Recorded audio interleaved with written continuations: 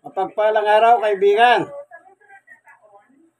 Ito po ang inyong kaibigan kay Jesus, Brother Manny Bautista. Nandito po tayo sa Barangay 97, Zone 8, District 1, Tondo, Manila, sa tahanan ni Chairman Gemo. Ito po siya. Makakala nyo po wala siya. Nandito. Ayan. Oh. Alam niyo po yung taong ito. Ngayon, hindi na po siya chairman, ano? Uminto na kasi nagkasakit. Kung hindi lang nagkasakit ito, sigurado chairman na naman ito. Eh. Mahal siya ng kalugar niya. Naglingkod siya ng 20 years bilang chairman. Sipin nyo, 20 years. Di ba mahal ng tao yan? 20 years eh. Di biro yun ha.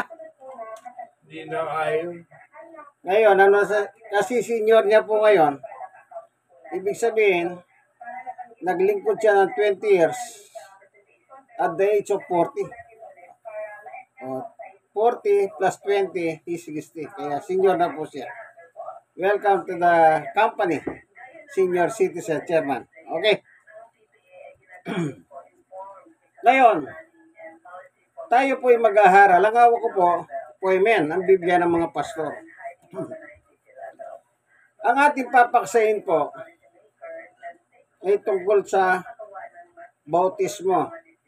Yan siya. Ang bautismo, yung mga ibang tao, ako rin sa karanasan ko marami din akong kinakausap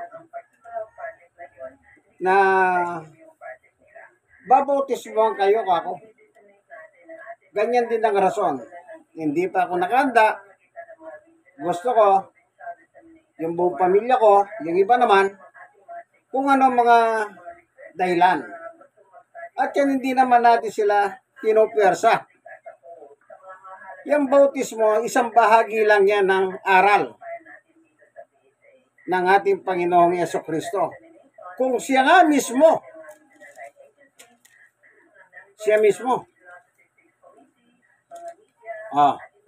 nagpabautismo siya.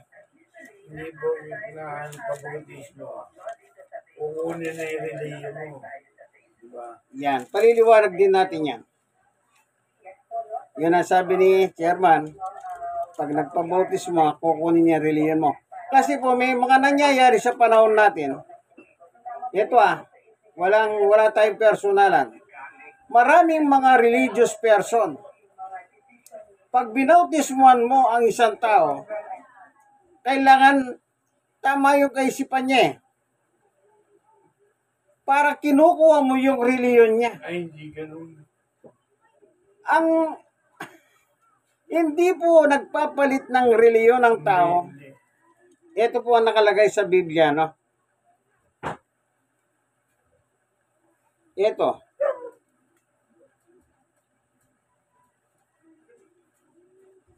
Dito po sa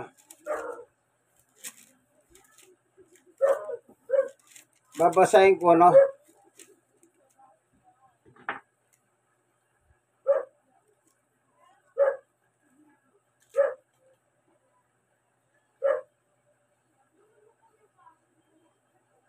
Sabi ni Juan, ano po, ito.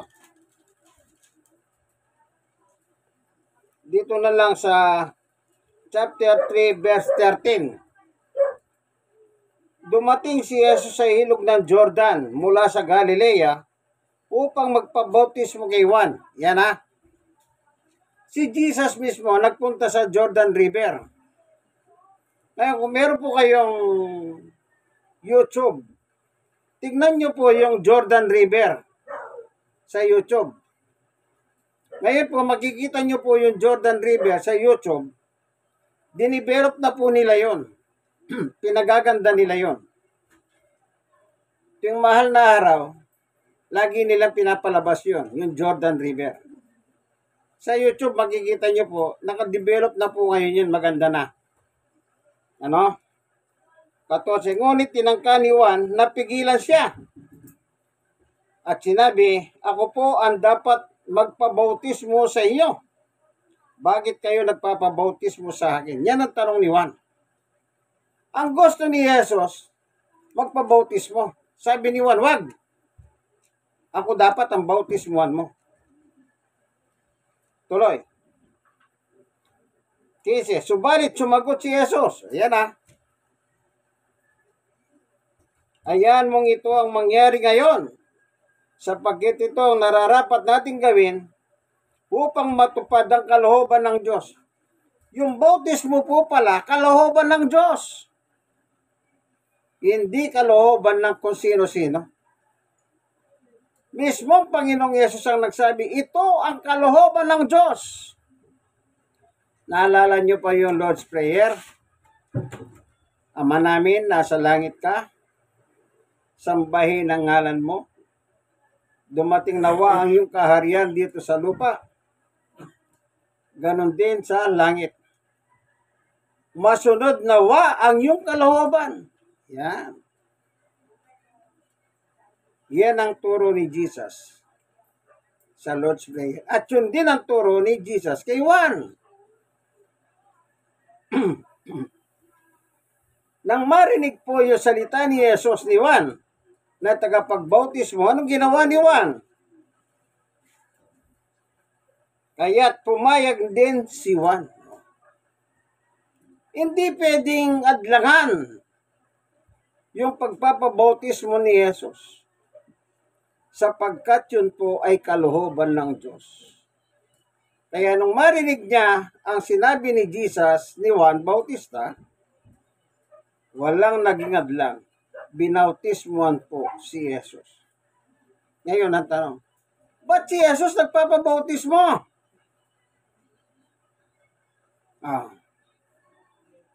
Siya po ang set of alimbawa. Pinakikita ni Jesus ang alimbawa na dapat nating lakaran gaya niya. Okay. This is says, nang mabautismuhan si Jesus, nabautismuhan. Nangyari ang kalooban ng Diyos sa panahon niya at ni Juan. Kagad siyang umahon sa tubig. Yan. Yung Jordan River nga po, sabi ko kung napapanood niya sa YouTube. Imagine nyo, river at bundok. Pero ngayon, pag napanood na sa YouTube yun, medyo maganda na po ngayon, nakadevelop na. May mga bakod na. At may mga tindahan na ron. Nagtitinda ng mga souvenir at saka mga pagkain, restaurant. At sa paligid nun, negosyo na po nangyari doon. Kaya every year, yung mahal na araw, lagi pong napapanood yun. At sa tuwing nanonood kayo, nagkakaroon kayo ng magandang karanasan kahit pinanonood nyo lang ang Jordan River. Which is, ito ang kasaysayan ni Jesus na nagpabautismo kay Juan Bautista. Na kung saan, ayaw sana ni Juan eh. Pero na sinabi ni Jesus, itong kalooban ng Diyos. Kaya agad-agad sinagawa ni Juan ang pagbabautismo kay Jesus. Nang mabautismohan si Jesus, kagad siyang umahon sa tubig. Nabuksan ang langit at nakita ni Jesus ang Espiritu ng Diyos na bumababang parang isang kalapati na dumapo sa kanya. Yun po yung Holy Spirit. The Spirit of God is dwelt to Jesus. Kasi po, magsisimula na ang kanyang ministeryo sa lupa. At sa 17, at isang tinig mula sa langit na nagsabi, ito minamahal kong anak na lubos kong kinalulugdan. Ang Diyos po nagsalita mula sa langit at narinig ni Juan yung salita ng Diyos. Anong sabi ng Diyos? Ito ang minamahal kong anak, referring to Jesus. Ano po? Na kanyang kinalulugdan. Kaya magbuhat ng mabautismuhan ni Juan Bautista si Jesus, nagsimula po siya sa kanyang ministry sa lupa ng 3 years. 3 years. In 3 years, doon siya pinako sa krus. Sa 4:17, magmula noon nangaral si Jesus, itinuro niyang magsisi kayo talikuran ng inyong mga kasalanan sapagkat malapit na dumating ang kaharian ng langit. Yan. Para pagharian po tayo ng Diyos, anong sabi ni Jesus? Magsisi kayo at talikuran ang inyong mga kasalanan. Anumang kasalanan mo, kaibigan, pinatatawad ng Diyos. Kahit ikaw yung pinakamasama sa tingin mo. Si Pablo nga, siya pinakamasama, pero pinatawad siya ng Diyos. Si Pablo isang mamamatay tao. O kahapon meron ko nabasa, ay nung isang araw pa, makalawa. Kahapon pala, birthday ni John the Baptist. Yung nakaraan, 27 si John the Baptist, yung 26 si Esteban. Birthday ni Esteban. Alam niyo po yung Esteban? Siya po ang nakasulat sa Biblia, unang pinatay ni Pablo. Bago siya naging apostol, siya po ay isang manguhusig ng mga halagad ni Jesus. At ang una niyang biktima na nakasulat sa Biblia ay walang iba kundi si San Esteban, which is, nakita ko lang po sa Facebook, noong 26 birthday pala niya, San Esteban. Basahin natin yung San Esteban sa Biblia, the first martyr in the Bible. Tandaan niyo po hindi po pwedeng adlangan ang gusto ng Diyos. Ano yon? Ang isang tao dapat mabautismuhan, ang sabi ni Jesus. Kaya, sabi niya, wag mo akong adlangan ito. Ganito ang kalooban ng Diyos. Kaya, antimano! Nilubog na niya si Jesus sa ilog Jordan River. Ano ba? Ayun. Tingnan natin yung San Esteban, yung unang biktima ni Pablo. Chapter 7. Kung meron po kayong ganitong klaseng Biblia, kahit anong Biblia, basahin niyo po ang kasaysayan ni San Esteban, which is, nakita ko sa Facebook, birthday niya noong December 26. Gawa 7:54. Naggitgit sa matinding galit kay Esteban ang buong kataas-taasang kapulungan ng mga Hudyo nang marinig ang mga ito. Yung kataas-taasang kapulungan ng mga Hudyo, ito'y katumbas ng ating mga senado ngayon. Parang senado. Sa Biblia kasi, meron nakalagay dyan, Senate, yung ibang translation ng Biblia. Ang nakalagay Senate. Okay? Ngunit, 55. Ngunit si Esteban napuspos ng Espiritu Santo. Yan. Nagdwell sa kanya yung Espiritu ng Diyos para si Jesus. Bumaba yung Espiritu Santo ng kay Jesus. Ngayon, dito kay Esteban, bumaba rin po. Ngunit si Esteban napuspos ng Espiritu Santo, tumingala sa langit. At nakita niya ang kalwalatian ng Diyos at si Jesus na nakatayo sa kanan ng Diyos. Si Jesus ngayon sa langit nandun sa kanan, Nasa kanan siya ng Diyos. 56, kaya sinabi niya, tignan ninyo, nakikita kong bukas ang kalangitan. Alam niyo kung hindi puspos ng Espiritu itong si Esteban, hindi niya makikita ang bukas ang langit. Kahit naghahalo pa kagandang mata natin, hindi natin makikita ang bukas ang langit. Unless, mapuspos ka ng Espiritu Santo, kagaya ni San Esteban. Kaya sinabi niya, tignan ninyo, may kausap yung mga tao. Nakikita kong bukas ang kalangitan at ang anak ng tao nakatayo sa kanan ng Diyos. Okay? Si Jesus po yan. Anak ng tao. 57. Tinakpan nila ang kanilang mga tainga at nagsigawan. Pagkatapos sabay-sabay nila sinugod si Esteban. 58. At kinaladkad siya palabas ng lungsod upang batuin. Inilagay ng mga saksi ang kanilang mga balabal sa may pahanan ng isang binatang nangangalang Saulo. Si Pablo po, ang pangalan niya Saulo sa Hebreo. Sa salitang Hebreo, ang pangalan niya Saulo. Ito po. tingnan natin ang pagsalita ni Jesus kay Pablo. Nang naglalakbay si Pablo sa Damascus. Ito sabi niya rito sa 26:15. Itinanong ko, sino po kayo, Panginoon? At kanya sinabi, ako si Jesus na iyong inuusig. 16.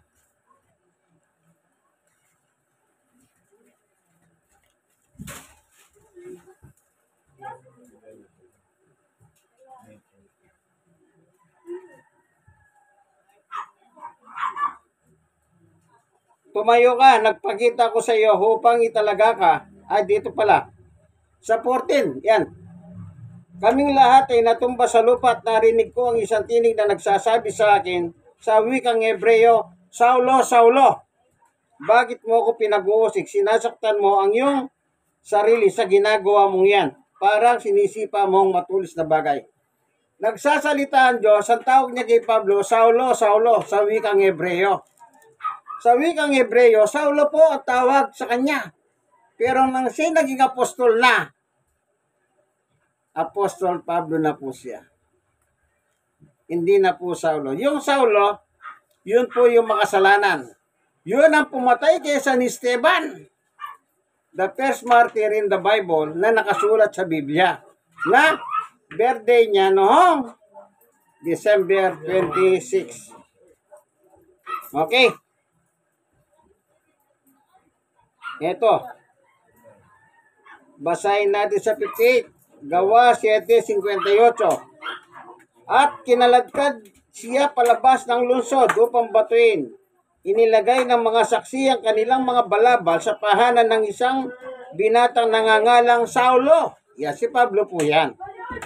At habang binabato nila si Esteban, nanalangin siya ng ganito, Panginoong Yesus, tanggapin mo po ang aking espiritu. 60. Lumuhod si Esteban at sumigaw ng malakas, Panginoon, wag mo po silang papanagutin sa kasalanan ito. At pagkasabi nito, siya ay namatay. Mamamatay na lang po si Pablo o si Saulo. Ang iniisip niya, ang kaligtasan ng tao.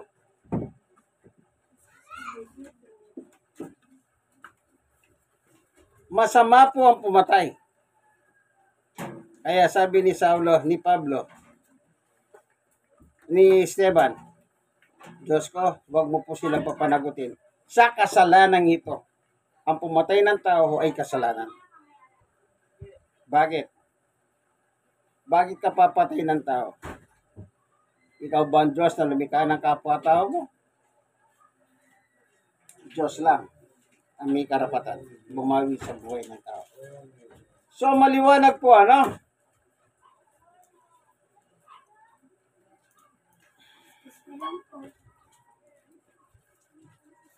Yang pagpapabautismo, nasa inyo pong pasya yan. Nasa inyong pasya. Tama si chairman. Sinabi niya, kahapon, ano yung meron kahapon, chairman, doon sa plaza? Ayan o. Pangangaral. Ngayon, ano pang ano nila? Gusto nila bautismo ka. Ngayon, ano sabi mo? Kasi, hindi naman kinukuha yung reliyon mo. Yun sa inyo, mo. Hindi ako, okay na ako. Kasi, nabautismo na ako yung una pa Saan? Sa dating daan. Pagkatapos, ano pa sinabi mo? Ako hindi naman kawala yung same taon, hindi naman okay lang yan. Maganda yan. Kaya lang, hindi pwede, nabautismo na ako. Okay. O yan po ang sabi niya, no? Kasi nabautismo na po siya pala sa sekta ng datindahan ni Ginoong Eli Soriano. Kaya nung niyayaya siya ng mga charismatic ba yun? Hindi, parang O mga born again. Born again yan. Yan, niyayaya daw po siyang magpabautismo. Ngayon, ang sabi nila, hindi naman namin kinukuha yung reliyon mo. Kundi, gusto lang siyang pabautismuhan ng grupo na yon. Wala namang masama ron eh. Ngayon, ang tanong, pwede ba siya magpabautismo? Opo! Pwede. Sa Biblia, may, alam nyo, sa chapter 17, kung di po ako magkakamali, o tignan ko lang, yung chapter 19, ano, meron kasaysayan dito na sila'y nabautismuhan sa bautismo ni Juan Bautista. Nang dumating si Pablo, binautismuhan sila ni Pablo. Oh, nabautismuhan po sila. Ito. Meron dito, ano? Sabi sa'yo pa? Ano sinasabi? Anak mo siya. Ito, basahin natin na. Pagka nagsisiri, wala na akong, libangan. Ito sa chapter 19. Habang nasa Corinto si Apolos, tinahak naman ni Pablo ang iba't ibang dako ng lalawigan hanggang sa makarating sa Efeso. May natagpo siya roon ng ilang alagad. 2. At sila'y tinanong niya, tinanggap ba ninyo ang Espiritu na kayo sumampalataya? Hindi po. Hindi po namin narinig ang Espiritu Santo, tugon nila. 3. Kung gayon, anong uri bautismo ang tinanggap ninyo? Tanong niya. Bautismo ni Juan ang tugon nila. Ito na bautismo na sila nung kay Juan. Pero, 4. Kaya sinabi ni Pablo, binautismuhan ni Juan ang nagsisisi, tumalikod sa kasalanan. Ipinangaral niya sa mga Israelita na sila'y sumampalataya kay Jesus nang dumarating ang kasunod niya. 5. Nang marinig nila yon, nagpabautismo sila sa pangalan ng Panginoong Jesus. Ito, dati na silang nabautismuhan. Nang dumating si Pablo sa panahon nila, nagpabautismo din sila. Ngayon, nasa iyo pa rin pa siya yan eh. Oo. Kung gusto mo, magpabautismo ka. Sinabi naman yun. Hindi ka nalaman nila. Ito, nakasulat. Ako gusto ko transparent. Kaya ako binasa sa iyo ito para huwag kang mag-alinlangan. Nabautismo na silang una kay Juan Bautista. Kaya parang hindi yung gusto yung bautismo sa drum. Yung drum. Oh, Oo, nasa loob lang na anong gusto mong bautismo? Sa dagat? ang dagat. O gusto mong bautismo kita sa dagat? Hindi na, bautismo nga ako. Sabi ko na nga sa iyo eh. Ito, hindi mo. Oh, ang dadaka. Yun naman sa swimming pool. Ito. Kaya sinasabi ko sa iyo ito para magkaroon ka ng kaisipan. Na, no? Oo, sige, sinabi mo na, bautismo ka sa dating dahan kay Eli Soriano. Bago nangyari yung bautismo doon, dinoktrina ka ng napakatagal na panahon. 15 araw. Okay, yan. Ganon yan. Ngayon, kung gusto mo magpabautismo muli, wala namang problema yan. Walang problema. Alam mo, Katoliko ka, di ba?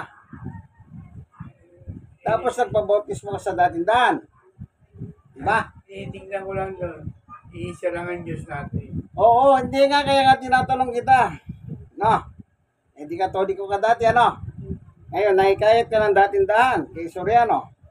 Binautismo ka na after ng doctrination ng 15 days ka mo. Kung gusto mong magpabautismo muli, wala namang problema yun. Kasi meron kasaysayan ng pangalawang bautismo ang nakalagay. Ito. Sa panahon ni Pablo yan. Kaya walang nagiging problema doon. Kung gusto mo. Yun lang ang masasabi ko sa iyo, Tia. Ano? Kaya binabasa ko para maintindihan mo. Baka sila hindi nila binasa ito. Hindi nila naikwento sa ito. Ako hindi. Ito. Kaya nanap ko eh. Anong nangyari? At nang marinig nila yon, narinig si Pablo. Nagpabautismo sila sa pangalan ng Yesu Kristo, ng Panginoong Yesu Kristo. 6. Nang ipatong ni Pablo ang kanyang kamay sa kanila, pinatungan ng kamay, bumaba sa kanilang Espiritu Santo at sila'y nagsalita ng iba't ibang wika at nagpahayag ng mensahe mula sa Diyos. 7. Humigit kumulang sa 12 lalaki ang nagpabautismo.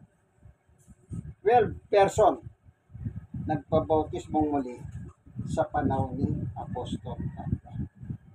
Kaya nasa iyo yan, hindi kita inudyukan, hindi kita tinutulak.